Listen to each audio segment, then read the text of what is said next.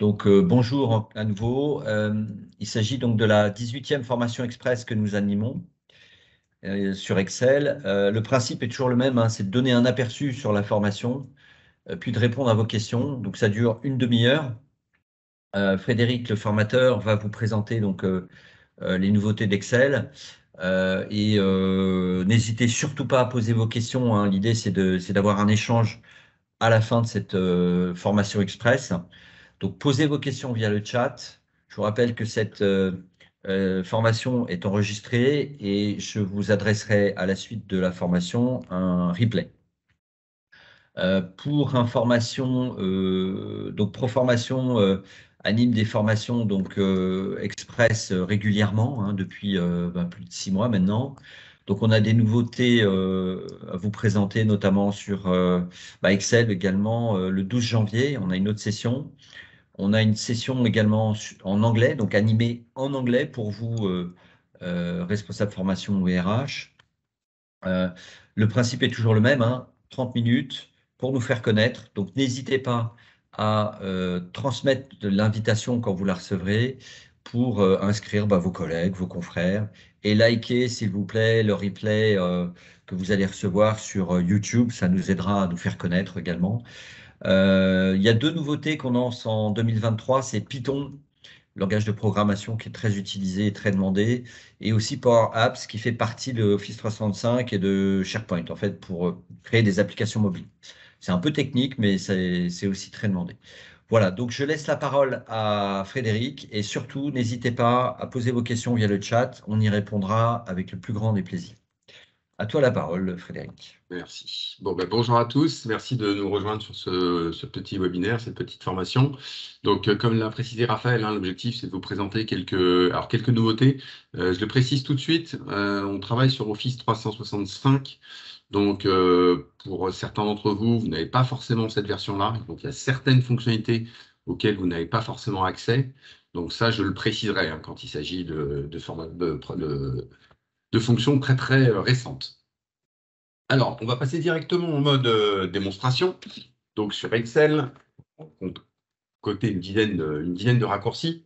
On va commencer par une fonction qui est très intéressante quand vous travaillez sur Excel. C'est celle qui vous permet d'auditer votre document. Alors, je vais vous donner deux scénarios, en fait. Le premier, vous recevez un document que vous ne connaissez pas forcément et vous voulez voir ce que cache ce document. Donc, est-ce qu'il y a des formules? Alors, évidemment, vous pouvez cliquer sur chacune des cellules pour voir s'il y a des formules. Mais si vous voulez voir l'ensemble des formules de ce classeur, le petit raccourci clavier à connaître, c'est CTRL guillemets. Donc, qui correspond au chiffre 3 de votre pavé si vous avez des chiffres au-dessus. Vous voyez que là, d'un seul coup, on visualise l'ensemble des formules présentes dans le classeur. Donc, ça permet assez rapidement de savoir où il y a des formules, quelles sont ces formules. Et puis, il s'agit d'un audit graphique. C'est-à-dire, quand vous cliquez sur une formule, vous voyez immédiatement par un jeu de couleurs les cellules utilisées par cette formule. Donc, très utile à la fois quand vous découvrez un fichier sur lequel on vous demande d'intervenir, très utile également quand vous mettez en place des formules et que vous devez les glisser. Je ne vais pas insister sur ce sujet, mais vous avez sûrement entendu, voire vous utilisez les dollars dans Excel. Donc, quand vous glissez une formule, voilà, ça permet de contrôler que tout se passe bien. Alors, pour revenir à la version originale du document, on ne va pas le laisser en l'état, c'est le même raccourci, en fait, CTRL guillemets. Donc, ça vous permet de rebasculer dans le mode normal et donc de visualiser les résultats de vos formules. Pour info, sachez que si vous ne vous rappelez pas du raccourci clavier, quand même très pratique, vous avez également la possibilité de trouver la fonction dans l'onglet Formules. On vous propose ici d'afficher les formules. Donc, c'est exactement la même chose.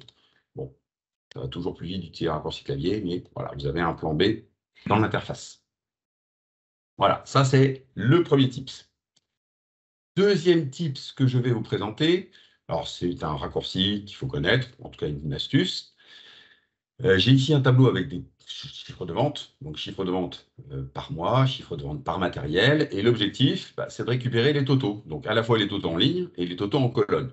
Alors traditionnellement, on fait une première somme, on va glisser cette somme, on en fait une seconde, on va glisser cette somme. Là, on va faire ce tableau-là en 2 clics, simplement. Donc le premier clic va permettre de sélectionner à la fois les données concernées, mais aussi la ligne et la colonne qui vont accueillir les totaux. J'anticipe un petit peu en indiquant à Excel la ligne et la colonne pardon, qui vont accueillir ces totaux. Donc ça, c'est le premier clic, c'est ma sélection de données. Et le deuxième clic, c'est de cliquer sur la fonction somme que vous connaissez probablement. Vous voyez que là, il me fait instantanément l'ensemble des totaux. Alors, par acquis de conscience, on va vérifier. Avec un petit contrôle guillemets, vous voyez qu'effectivement, il n'y a pas de problème. Il a bien interprété les calculs. Alors, petite astuce également, si vous ne le connaissez pas, le raccourci clavier, parce qu'on travaille beaucoup avec des raccourcis clavier dans Excel, dans toutes les applications, mais la somme, c'est Alt et le signe égal. Donc là, vous voyez, j'ai fait exactement la même chose, mais après la sélection, Alt, le signe égal, ça vous insère les totaux. Voilà, de la même façon. Troisième petite astuce, celle-là, elle est là encore pour l'instant toute version confondue. C'est celle qui vous permet de savoir ce que vous pouvez faire avec une plage de cellules. Donc là, en l'occurrence, on appelle ça l'analyse de données. Vous avez donc un tableau. Qu'est-ce que je peux faire avec ce tableau? Donc en fonction de la sélection, parce que la sélection peut être partielle ou totale, donc là, je vais simplement me contenter de sélectionner les chiffres. À la suite de cette sélection, vous avez cette petite balise très discrète qui apparaît. Et en cliquant sur cette balise, vous avez un certain nombre de propositions. Donc, en fonction de la sélection, il va vous dire, tu peux faire éventuellement ce qu'on appelle les mises en forme conditionnelles. Donc, il y a différents KPI, on appelle ça les KPI, c'est un point sur lequel on reviendra. On peut faire des graphiques. Donc là, instantanément, il vous proposerait de créer un graphique sur la base de cette sélection. Il vous proposerait de faire des totaux. Il vous proposerait de faire des tableaux. Dans le tableau, on inclut aussi la notion de tableau croisé dynamique, par exemple. Donc, vous voyez, c'est un accès rapide, en fait, à toutes les fonctionnalités, enfin, une grande majorité, en tout cas, des fonctionnalités d'Excel. On parle aussi de Sparkline, ça, on en reparlera. Donc, l'analyse de données, ça se déclenche automatiquement, vous n'avez rien de plus à faire. Vous avez juste à proposer une sélection et à cliquer sur cette petite balise pour vérifier un petit peu tous les outils.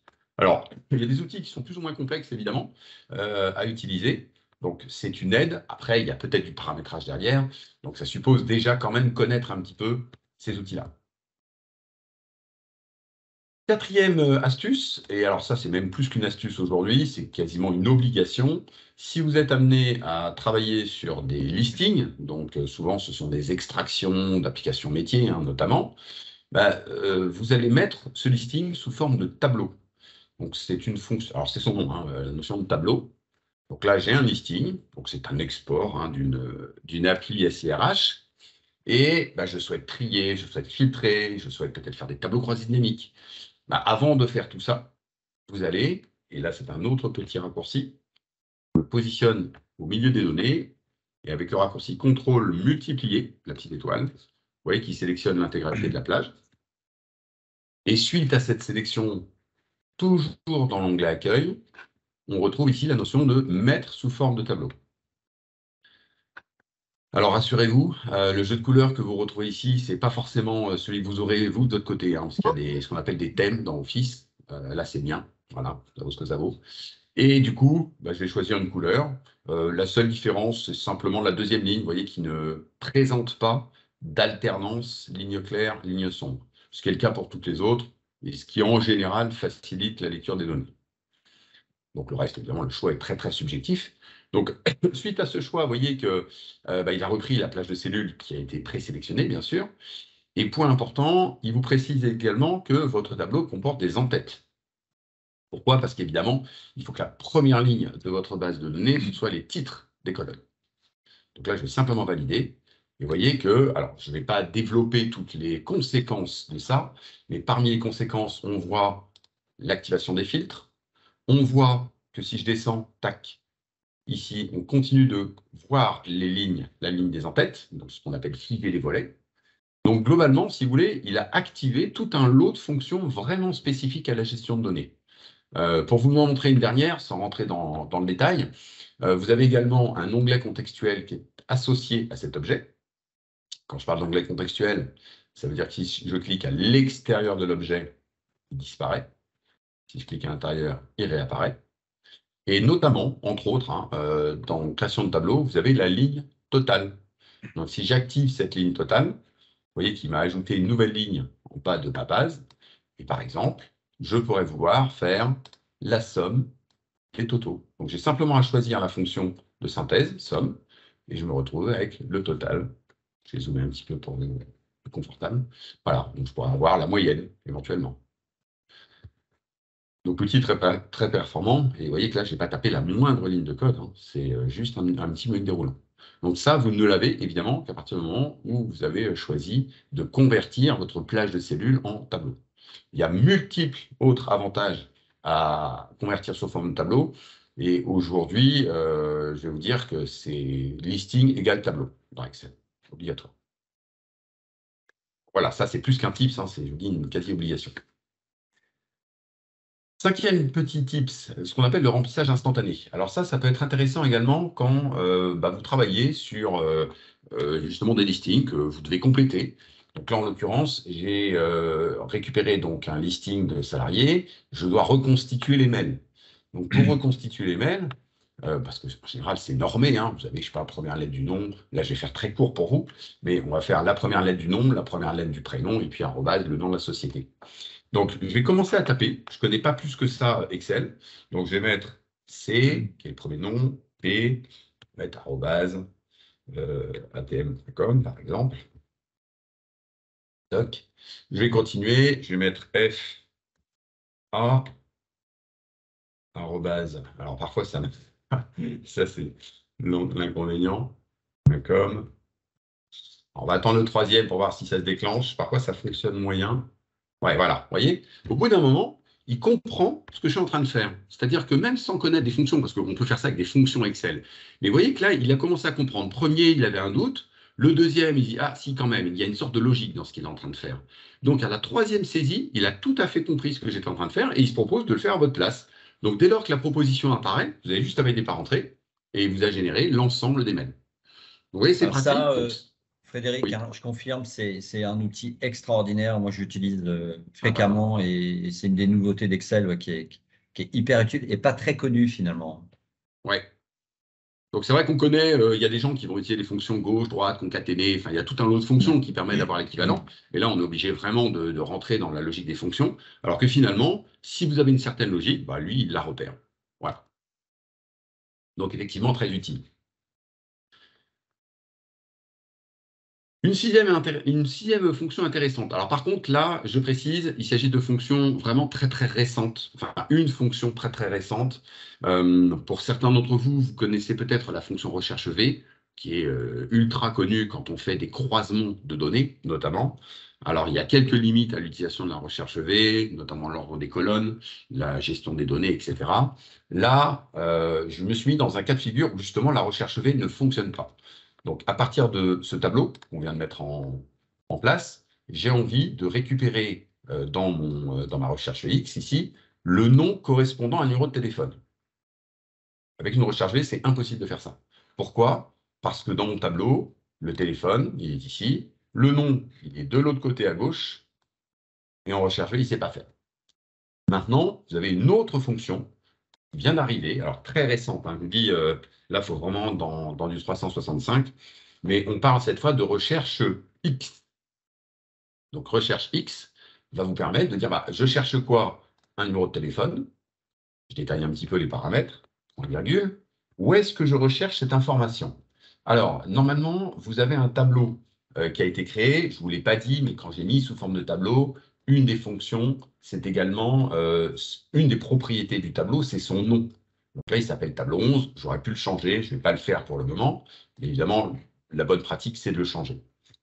Remettre la recherche X. Et vous allez comprendre pourquoi je vous dis ça. Donc la recherche, elle commence par là. Je cherche quoi? Point virgule. Ensuite, je vais lui indiquer, je recherche cette information dans la colonne téléphone du tableau 11. Donc, je vais taper le nom du tableau. Vous voyez qu'assez rapidement, il identifie tous les tableaux présents dans mon listing, alors dans mon fichier Excel, hein. Donc c'est le tableau 11. Je vais ensuite ajouter un crochet. Alors ça, c'est de la syntaxe, il faut l'apprendre. Et je vais taper téléphone, parce que c'est là, finalement, que je vais aller chercher l'info. Dans la colonne téléphone du tableau 11. On va fermer le crochet. Et ensuite, je vais continuer. Je dis, voilà, tu cherches là-dedans le téléphone que je te demande, point virgule. Et ensuite, il faut lui indiquer évidemment ce que vous voulez retourner. Vous voulez aller chercher quoi? Le nom correspondant. Je vais retaper mon petit tableau, toujours le 11, tableau 11, tac, reprendre mon crochet, et je dis, renvoie-moi le nom dans la colonne des noms de mon tableau 11. De nouveau, je vais faire le croquis. Ça, c'est le deuxième paramètre. Je cherche quoi? Je cherche où? Je renvoie quoi? Et puis, contrairement à la recherche V qui ne le proposait pas, vous pouvez aussi gérer les erreurs. Une erreur, normalement, c'est dièse NA. Là, je vais générer mon propre message d'erreur, en fait. Et enfin, le dernier paramètre, c'est celui que vous connaissez si vous utilisez la recherche V, c'est le fameux faux, faux qui interdit l'approximation. Il faut une correspondance exacte. Alors, l'équivalent dans une recherche X, ça serait le 0. Et on va fermer ça. Donc là, si je valide, vous voyez que je récupère effectivement l'intégralité des noms. Alors, je ne le fais pas pour les prénoms, vous avez compris. Donc, précision importante, hein, cette fonction, elle est très, très, très récente. Donc, c'est 365. Et à ma connaissance, si vous avez des Office à vie, entre guillemets, je crois que c'est dans Office 2021, pas avant. Donc, vous voyez, c'est très, très récent. Là, on est vraiment sur des outils très récents. Mais tous ces outils qui sont produits, en fait, ils répondent à la demande des utilisateurs, parce qu'il y avait justement pas mal de contraintes avec notamment cette fameuse recherche. Alors, autre petit tips intéressant, là, on va travailler sur les KPI. Vous entendez beaucoup parler de KPI, donc ce qu'on appelle les KPI, l'acronyme en anglais de Key Performance Indicator. Hein. Donc, c'est des petits jeux de couleurs, par exemple, pour montrer que on est en progression, on est en régression, etc. Et donc, parmi ces KPI, vous avez les mises en forme conditionnelles. On l'a évoqué un instant sur l'analyse instantanée. Donc, je vais vous montrer un cas pratique maintenant. Là, j'ai, on va dire des ventes sur le cours de l'année. Je vais sélectionner ces ventes et on va l'utiliser, cette fameuse analyse instantanée. Donc, parmi les mises en forme conditionnelles, vous avez, par exemple, des échelles de couleurs. Vous avez, si je recommence, des barres simplement de données. Donc, c'est cumulatif. Donc là, c'est très coloré, évidemment. Mais voilà, c'est pour vous indiquer que vous avez tout un lot de mises en forme conditionnelles qu'on retrouve ici également, mieux catégorisées. Alors, je ne vais pas rentrer en détail parce que ça peut être un petit peu long à mettre en place. Mais bon, barre de données, c'est tout simple. C'est plus le chiffre est grand, plus la barre est grande. On est bien d'accord que là, il s'agit plutôt de mise en forme dédiée aux chiffres. Mais vous avez également des mises en forme conditionnelles qui vont traiter les dates ou le texte. Et un texte qui contient une date se produisant. Et alors, très utile également, les valeurs en double. Donc, on pourrait repérer les valeurs en double. Alors là, le scénario ne le justifie pas, mais ça fait partie de ces mises en forme conditionnelles. Alors, je vais vous en montrer un autre qui peut être intéressant, justement. Là, on est sur des évolutions de chiffre d'affaires au cours de l'année. On va créer un autre KPI, entre guillemets, qu'on va appeler les Sparklines. Donc, je vais sélectionner de nouveau ces données et je vais lui dire, plutôt que de créer un graphique traditionnel, les graphiques traditionnels sont dans l'insertion, vous avez des graphiques dits Sparkline. Donc là, l'objectif, c'est juste de montrer une tendance. C'est-à-dire qu'on n'a pas besoin d'un graphique hyper détaillé, mais il faut quand même qu'on voit si on est plutôt en progression sur l'année ou pas. Alors, vous avez deux types de Sparkline. Vous avez des courbes ou des histogrammes. Comme là, on est plutôt dans une évolution chronologique, c'est plus judicieux de prendre des courbes. C'est ce que je vais faire. Donc, vous voyez qu'il y a deux paramètres uniquement à renseigner. La plage de données que vous voulez représenter, c'est celle que je viens de présélectionner. Et puis surtout, il faut lui dire où vous voulez mettre ces fameux Sparklines. Donc c'est ce qu'il appelle la plage d'emplacement. En l'occurrence, je vais les mettre ici, au bout de mon listing. D'accord? Et OK. Et vous voyez que là, j'ai l'évolution, j'ai un graphique dans la cellule. Graphique qui est tout aussi dynamique qu'un graphique traditionnel. C'est-à-dire que vous voyez, si je change ici une valeur, évidemment, ça va impacter le graphique qui est à côté. Donc là aussi, c'est très utile. Donc quand je parle de KPI, voilà, là, c'est très représentatif de ce que peut faire Excel. Peut-être que certains d'entre vous utilisez Power BI, qui est un autre outil comme ça de reporting un petit peu, et sur lequel on fait également des formations et des webinaires, mais qui est très intéressant également et qui même permet d'aller beaucoup plus loin que ça dans les KPI. Voilà pour les Sparklines. Alors, j'ai un autre exemple ici, j'aurais pu vous montrer, donc je vais vous refaire de ce côté-là. Là, c'est par anticipation. Donc, vous voyez, on fait une évolution comparative. Pareil, dans l'insertion. Je vais revenir sur mes Sparklines. On va faire une première évolution en courbe, comme celle que je viens de vous indiquer, ici. Tac. Parce que j'ai tout pris. Et puis, on va faire une évolution comparative, juste à côté. Alors, comparatif, je l'ai fait chronologique, je l'ai fait inverse, c'est pas grave. Donc, je vais le refaire. Je vais reprendre les chiffres. Et là, je vais utiliser une deuxième analyse qui va être une analyse, cette fois comparative, en prenant plutôt des historiques. Et là, je vais les positionner ici. Toc. Voyez. Donc là, c'est évolutif dans le sens où les chiffres, au fur et à mesure qu'ils vont être enseignés, bah, évidemment, les graphiques vont s'alimenter. Hein. Si je commence à alimenter les chiffres de juillet, par exemple, hop, ça va commencer à travailler. Voilà. Tac. Voilà, donc Sparkline. Alors pour le coup, là, on est sur des outils qui ne sont pas très récents. Je ne serais même pas capable de vous donner la version. Enfin, même si vous avez du 2013, vous aurez des Sparkline. Mais c'est très utilisé aujourd'hui. Ça fait partie de ce qu'on appelle les outils de data visualisation. J'ai cité Power BI qui en fait partie, parce que c'est ça, c'est comment rendre intelligible une masse de données. Ben, on le fait de façon graphique, donc notamment en utilisant ce genre d'outils. Il y en a d'autres, hein, évidemment, dans Excel. Les graphiques en font partie d'ailleurs également. Voilà, donc les Sparkline pour les gérer, là encore, pour finir là-dessus, si vous voulez customiser un petit peu tout ça, il s'agit d'objets. Quand je dis objet, ça veut dire onglet contextuel associé. Donc là encore, vous voyez, dès que je clique sur un Sparkline, j'ai cet onglet Sparkline qui apparaît. On peut changer, par exemple, l'épaisseur du trait, que ce soit un petit peu plus épais. On peut faire en sorte de marquer le point le plus haut de la série avec un petit point vert. Je ne sais pas si vous voyez bien, mais enfin, on va le faire comme ça. Donc, voilà, donc c'est là en tout cas que vous allez pouvoir travailler un petit peu sur les différents Sparklines. Donc, il n'y a pas non plus 50 fonctions. Hein. Vous voyez que là, on est vraiment sur des choses, alors plutôt esthétiques d'ailleurs. Hein. Voilà. Donc, voilà pour les Sparklines. Pas très difficile à mettre en place. Il suffit de savoir que ça existe. Mais sincèrement, il n'y a rien de. On ne va pas taper 50 lignes de code pour mettre en place cet outil. Ouais, merci Frédéric. N'hésitez pas, je vous rappelle, à poser des questions hein, via le chat. Hein, c'est le moment. Alors, je vous montre une autre fonction qui est intéressante. Alors, peut-être plus pour les gens qui font des analyses géographiques. Donc, si vous avez besoin de collecter des informations, ça vient d'arriver. Là, pour le coup, on est plutôt dans des fonctions récentes. Donc, je vais vous remontrer le scénario ici. Je vais taper des villes. Alors, j'en tape 2, 3, hein, ça va suffire. On va mettre Paris, Lyon, Marseille, par exemple. Donc, ça, ce sont des données géographiques. Et vous voyez que tout de suite, il a compris là encore. Il se dit, tiens, c'est bizarre, ça ressemble curieusement à des villes. Et il me propose de convertir en données géographiques. Donc là, alors, si vous n'avez pas cette boîte de dialogue, je vous dis, là, on est sur des versions très récentes, on peut également sélectionner les données. Et dans l'onglet données, justement, on a tout un lot de données, parmi lesquelles les données géographiques. Donc là, il va essayer d'identifier de quoi il s'agit. Il va matcher avec sa propre base de données, en réalité. Donc, il dit ville, oui, ça, ce sont des villes. Et vous voyez, l'intérêt, c'est que la petite balise active qui apparaît ici, elle va vous permettre de compléter les informations. Supposons que vous vouliez la latitude, la longitude, la population, le maire de la ville, j'en sais rien. Ben là, vous voyez, il vous fait des propositions. J'ai envie d'avoir la latitude. J'ai envie d'avoir la longitude. J'ai envie d'avoir, pourquoi pas la population. J'ai envie d'avoir le pays. Ça peut être très utile quand vous faites des recherches V et que vous avez besoin du pays. Et vous voyez, ça, il va le chercher dans sa base de données en ligne, directement.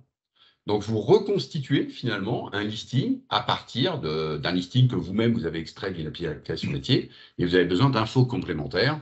Alors, on est d'accord que là, c'est pour des personnes qui ont des besoins plutôt géographiques. Hein. Ouais, c'est impressionnant. Hein. Ouais. Alors, d'ailleurs, pour info, bon, là, je vous ai montré les données géographiques. Il le précise quand même, mais vous avez quelque chose de très utile, ce sont les devises, de la même manière, c'est-à-dire que vous auriez l'équivalent dollar d'un euro. Vous avez un montant en euros, il vous donne l'équivalent dollar au taux en cours.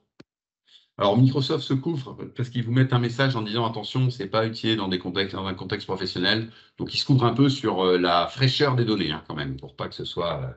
Mais c'est possible. Et vous avez même des données boursières, c'est-à-dire que là, si vous tapez, je sais pas, le nom de quelques entreprises du CAC 40, il va sortir potentiellement son cours le plus haut, son cours le plus bas, etc., etc. Voilà. Donc tout ça, évidemment, bon, méfiance. Là aussi, je fais un petit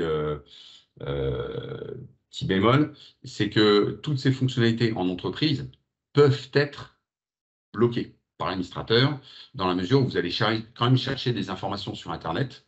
Il y a des flux là, et donc les administrateurs ne sont pas trop friands de ça, donc ça peut être bloqué, sachez-le.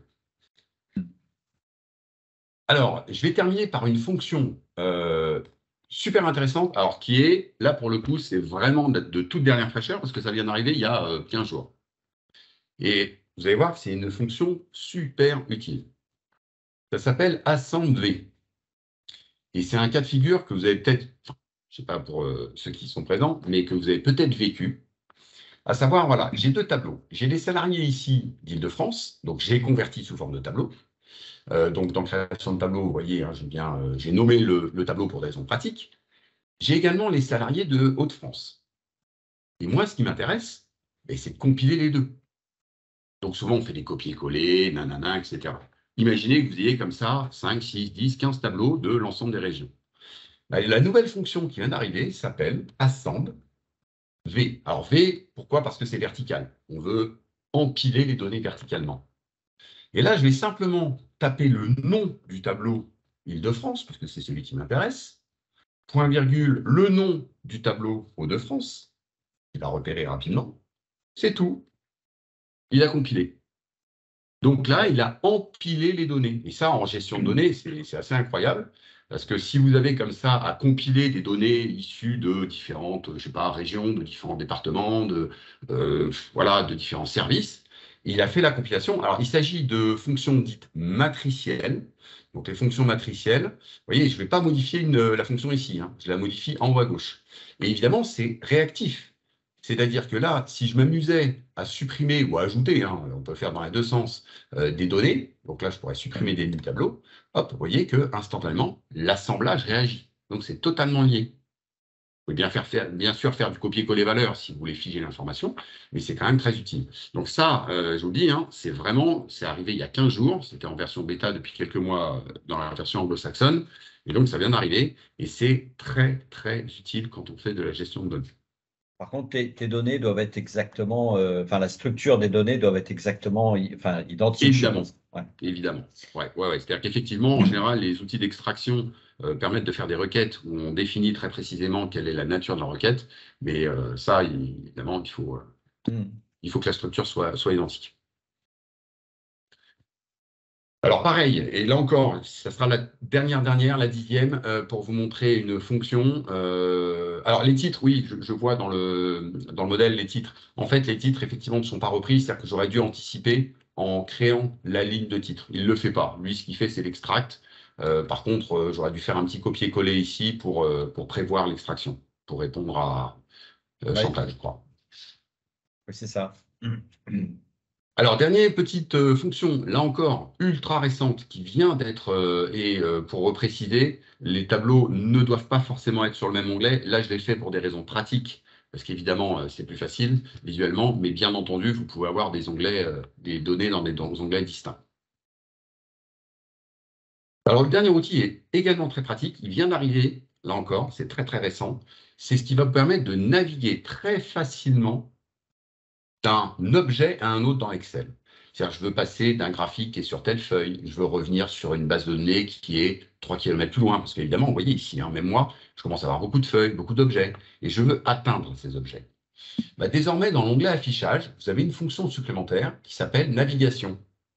Et si vous cliquez sur navigation, bah, vous voyez la liste de toutes les feuilles, mais surtout, à l'intérieur de chaque feuille, vous voyez l'ensemble des objets de cette feuille. Si je retourne dans ma recherche X, je vois qu'il y a un tableau 1.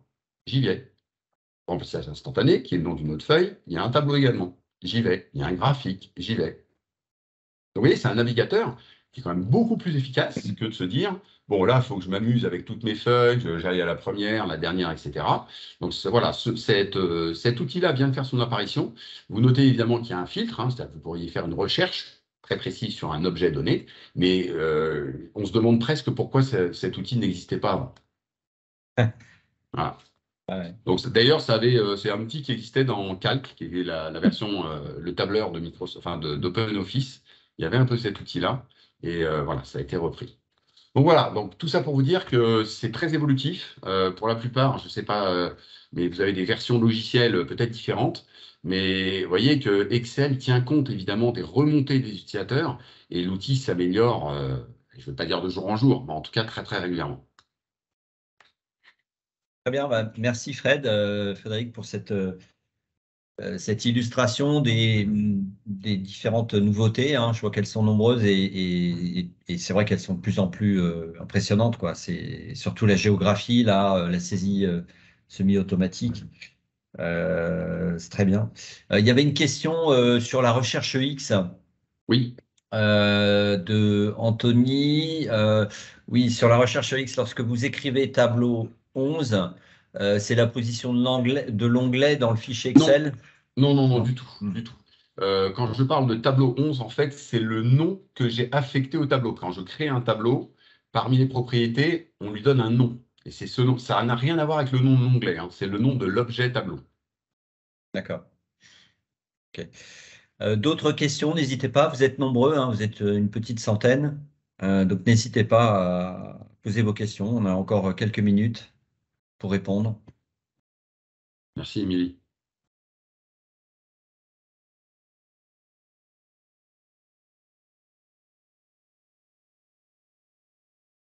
Pas question sur les sparklines, les démos géographiques, les données géographiques, pardon, les listes en cascade, les recherches X, le remplissage instantané. Alors, je vous ai mis dans le chat un questionnaire. Ouais, je vais vous l'afficher si vous voulez. Pour ceux qui ont un smartphone, vous pouvez scanner le QR code qui est présent là Ouais. sur l'écran.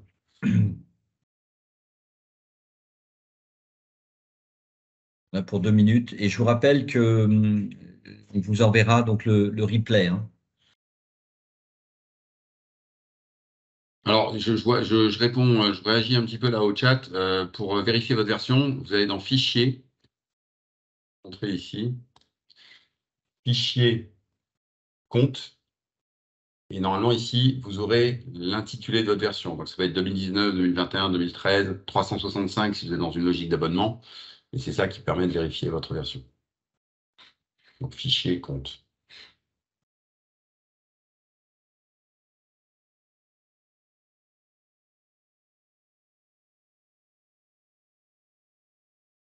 Oui, pour ceux qui n'ont pas la nouvelle version, effectivement, vous êtes, comment dire, vous n'aurez pas accès à toutes ces fonctionnalités, hein, mais je pense que la recherche instantanée, c'est quand même pas si récent que ça, non, Fred? Par exemple, non? Laquelle? La saisie instantanée, non, comment on Ah, le appelle ça, là? remplissage instantané. Le remplissage instantané, oui. Oui, pour le coup, je pense qu'on peut reculer à 2019, peut-être un peu avant même, ouais, c'est possible. D'accord. Recherche X, par contre, c'est assez récent, effectivement, hein.